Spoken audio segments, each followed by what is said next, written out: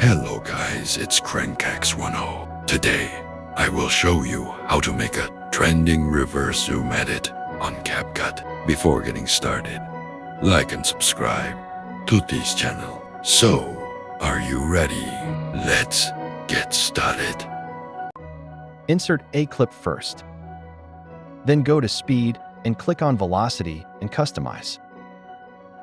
Delete the beats and after it align the graphs like this.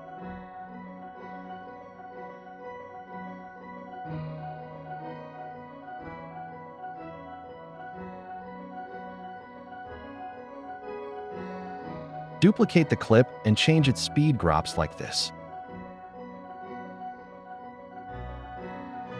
After it, click on the reverse option and reverse it. Add keyframes at beginning and ending of the clips and zoom at the last keyframes.